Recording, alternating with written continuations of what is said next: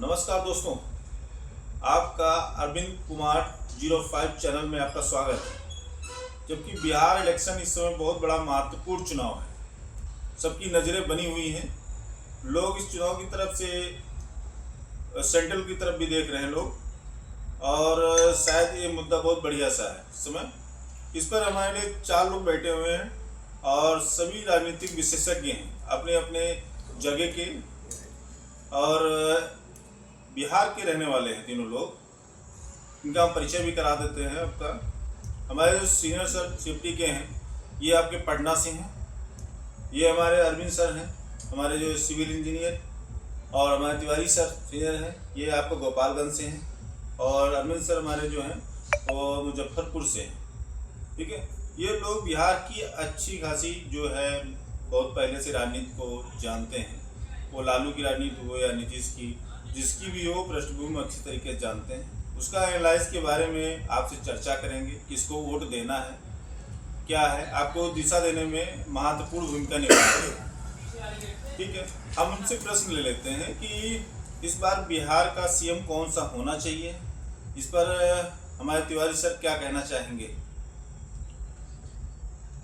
धन्यवाद सर। अभी बिहार का जो वोटर है वो लगभग आकलन करने में लगा हुआ है कि किस पार्टी को वोट देना चाहिए और कौन वहाँ सरकार बनाएगा। लेकिन मेरे को जहाँ तक लगता है कि एनडीए सरकार बनाएगी, और बिहार में जैसा 15 साल 20 साल से काम चल रहा है वो सुचारू रूप से चलता रहेगा। और इसके बाद मैं अरुण साहब के पास जाता हूँ कि उनका विचार क्या है। Thank you sir. मुझे भी लगता है कि एनडीए का ही पलड़ा भारी है, लेकिन सरकार किसी का भी बने, बिहार का विकास हो, ये मैं सरकार से निवेदन करूँगा। चाहे जिस भी पार्टी का सरकार बने, चाहे वो गठबंधन का हो, चाहे किसी भी पार्टी का स्वतंत्र बहुमत, फुल बहुमत से सरकार बने, बिहार का विकास हो, बिहार का जनता का विकास हो, और शिक्षा का विकास हो, रोजगार आए, इंडस्ट्रियल लगे। मैं यही उम्मीद करता हूं। और अमरिंदर सर से मैं इस बारे में थोड़ा रिक्वेस्ट करूंगा कि बिहार विकास पे थोड़ा आप चर्चा करें कि सीएम जो भी बने या जिस पार्टी का बने, उस पर बिहार विकास कैसे करेगा, थोड़ा अमरिंदर सर बताएंगे।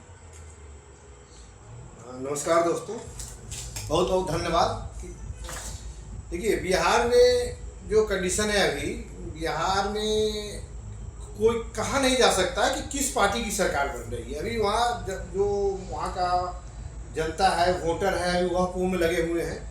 लेकिन देखिए, ज़्यादा चांस अभी लेडीज वर्ग में है, ज़्यादा जो चल रही है अभी, जो नहीं हम लोग नीतीश कुमार को ही देंगे, नीतीश कुमार को ही देंगे। नीतीश कुमार इधर बीच में थोड़ा वो बिजली बिल माफ़ किए हैं, अरे क्या कहते हैं, बिजली फ्री किए हैं। 400 से 1100 जो मासिक जो पेंशन था उसको कर दिए हैं, 10-10 रुपये पर लेडीज के अकाउंट में दिए। इस पर थोड़ा ज़्यादा क्रिएटिव होगी, ज़्यादा थोड़ा टफ हो गया है। तो पहले तो था कि अभी सरकार बहुत मुश्किल से बनेगी, लेकिन ज़्यादा टफ हो गया। अभी ज़्यादा लेडीज लोग का है कि नहीं, हम वोट नीतीश को, हमको नीतीश कुमार ये दिया है, वो दिया है। लेकिन जब से देखिए, सबसे बड़ी बात, 15 साल राज किया हमारे पर लालू यादव किए, बिहार में राज किए शुरू से। उससे पहले कांग्रेस थी, जो भी था।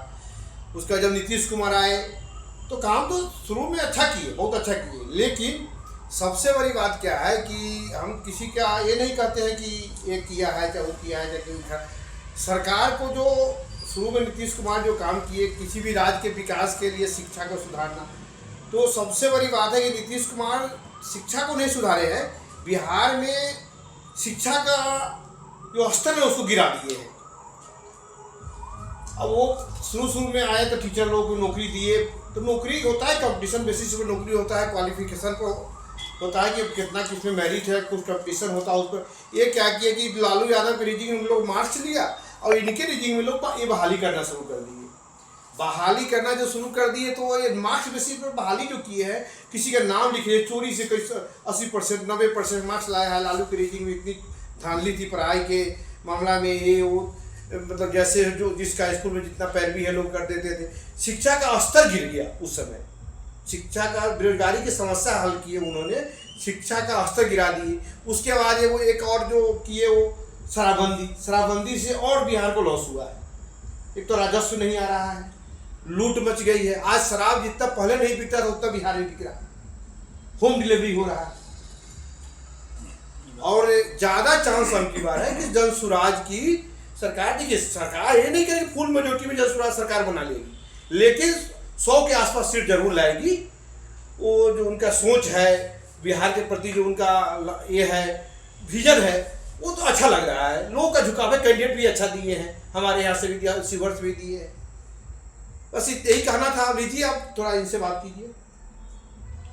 सर, जन सुराज के मामले में बहुत काफ़ी सीटें बता दी है। लग रहा है कि ये इनकी पृष्ठभूमि अच्छी तरीके से पहचान रख रहे हैं, क्योंकि हम बताना चाहेंगे बिहार में 243 सीटें ही हैं, जिसमें जन सुराज अगर 100 ले लेगा तो बचेंगी 143 सीटें। किसी न किसी को तो मिलेगा ही, किसी को तो मिलेगा। उसका अगर आकलन करा जाएगा ना तो बहुत वो होगा ना स्पीकर।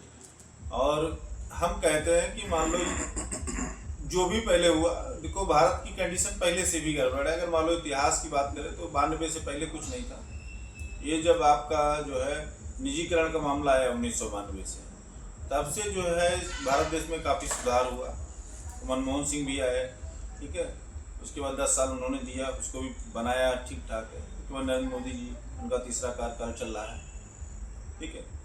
लेकिन ये है कि जो हुआ उसका पहले का कोई मतलब नहीं कि सबको तो मौका मिला है। 20 साल नीतीश को भी मौका मिला।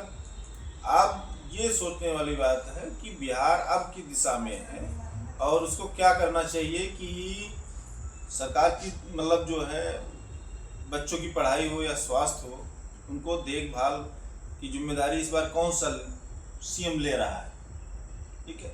नीतीश जी तो मान लो जो भी है उन्होंने किया, लेकिन इस बार दिल पे बताइए, दिल से कि कौन सा सीएम बन सकता है। ठीक सर। देखिए, जहाँ तक सीएम का सवाल है, सीएम का दावेदार अभी मैं नहीं समझता हूँ कि किसी भी पार्टी का कोई फुल बहुमत से लाएगा।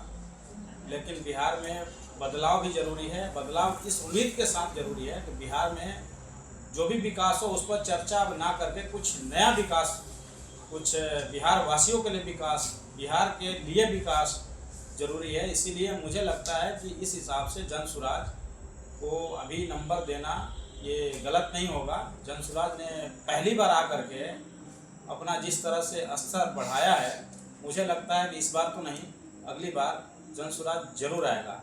इस पर तिवारी सर आप अपना टिप्पणी दीजिए जन सुराज के बारे में। धन्यवाद सर।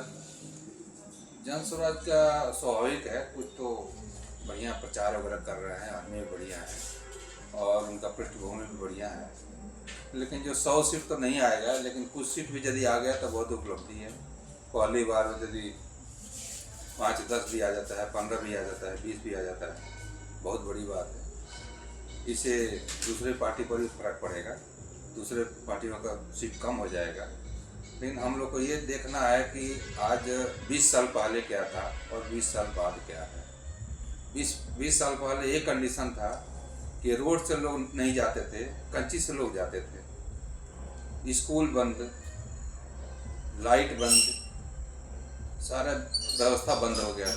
उसको धीरे धीरे सरकार ने पटरी पर लाया। एक समय था, अभी 5-6 साल पहले, 10 साल पहले हमने देखा था कि जो भी ग्रेजुएशन व्यक्ति थे सबको नौकरी दे दिया सरकार ने, बिहार सरकार ने। नहीं, चाहे 5 साल का नौकरी, मार्च बेसिस पर नौकरी दिया गया, चाहे 8 साल का पहले टेम्पोररी बेसिस पर दिया गया था, बाद में उसको परमानेंट कर दिया गया। हाँ, लेकिन ये कंडीशन अभी लेकिन इससे क्या हुआ, देखिए जो मार्च बेसिस पर नौकरी दिया गया, इससे क्या हुआ कि शिक्षा का स्तर गिर गया। आप कह रहे हैं कि ठीक है भैया, हम आपकी बात को काट रहे हैं कि जो मार्च बेसिस पर जो नौकरी दिया गया, इससे क्वालिफाइड लोग नहीं आए ना शिक्षा एजुकेशन विभाग में, शिक्षा का स्तर गिर गया। वो क्या पढ़ाएगा जिसको नाम लिखने नहीं आता था, जो किसी तरह से जिसके ससुर थे इंटर कॉलेज में प्रधान प्रिंसिपल, वो 80% 90% मार्क्स दिलवा दिए और नीतीश जी उसको नौकरी दे दी। इससे क्या हुआ, वो पढ़ा नाम लिखने नहीं आता है, बच्चे को क्या पढ़ाएगा। तो ये एक तरह से वोट बैंक बनाया गया, बेरोजगारी की समस्या का हल किया गया। नहीं, वो तो सही, शिक्षा का स्तर गिरा दिया गया, वो तो सही है। ये सब देखते हुए हम लोग काफ़ी बिहार के मुद्दे पर हम लोग चर्चा किए और इसी के साथ हम लोग अपना वाणी को विराम करते हैं। जय हिंद बोलकर हाथ उठाकर अपना वाणी को विराम करें। थैंक यू जय हिंद, धन्यवाद। जय हिंद, जय हिंद, जय हिंद, जय बिहार। जय बिहार।